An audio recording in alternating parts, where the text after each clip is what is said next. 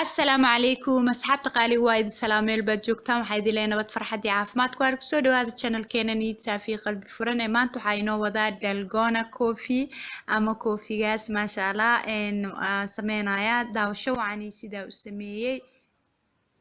bismillah haddana waxaa bilaabaya inaan sameeyo meeshaas waxaa ku haystaa baaquli waxaa ku shubayaa 2 qaado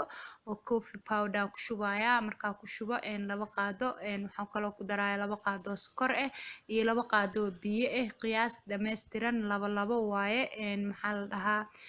markaa saas iskugu dhex shubo saddexdaas shay isku daro biyaha sokorta iyo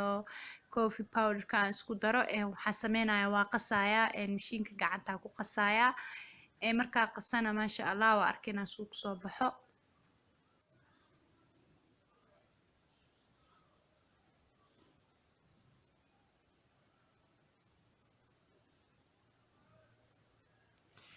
أنا هذا لبا كشوبي هدارت سدح كشوبي هدارت أفر المهمة وحواي قياستي إني إسلاقيين كوفيجا سكرت يبيها إني إسلاقيين هذا لبا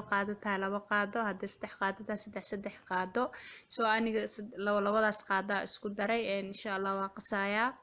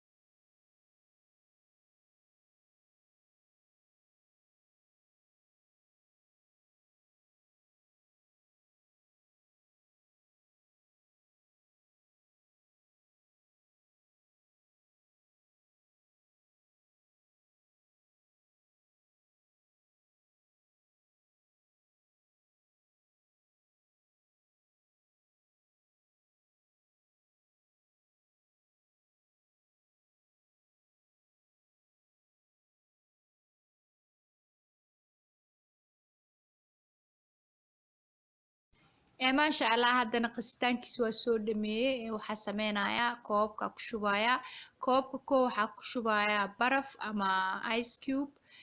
markaa ku shubo ama ku rido barafka waxaa sameynayaa waxaa ku darayaa sokorta cad ku darayaa hal qaado koofigan hadaa rabtid waxaa sameynaysaa shaaha ku dhex darsanaysaa hal qaado hadaa rabtid saana u qasanaysaa hadaa rabtid caano qandaca ku qasanaysaa wuxuu diidaya malahan maasha Allah markaa saas u samaysatidna waxaa sameyn kartaa xataa firinjeerka gashanaysaa xataa ilaa 2 sitimaan uu kugu jirayaa isagoona halaabin markaa hadda barafka ku rido galaasyada sokorta aan ku daro waxaan kaloo ku shubayaa caano caanaha markaa ku shubana waxaan ku darayaa